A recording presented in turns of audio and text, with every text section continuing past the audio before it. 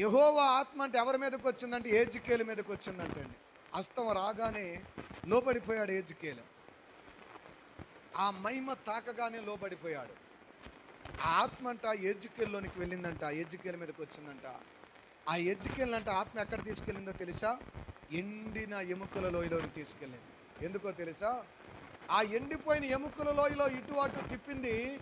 తిప్పిన తర్వాత ఎజ్జికేలుతో అన్నాడు, "ఎజ్జికేలు, ఇవి బతుకుతాయా?" అని అడిగాడు.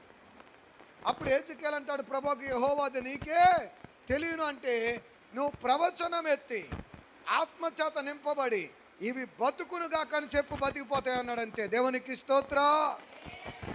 ఆత్మతో నింపబడిన వారు ఎడారిలో కూడా సెలయేరులు వస్తాయి. ఆత్మతో నింపబడిన ఇంటిలోనికి దురాత్మలు దూరం అవుతాయి. ఆత్మతో నింపబడిన వారి జీవితంలో వారు ప్రార్థన చేస్తే దేవుడు అద్భుతాలు సూచక్రియలు చేస్తాడు. ఆత్మ చేత నింపబడిన వ్యక్తి ఎక్కడికి వెళ్ళినా దీవెన ఉంటుంది. దేవునికి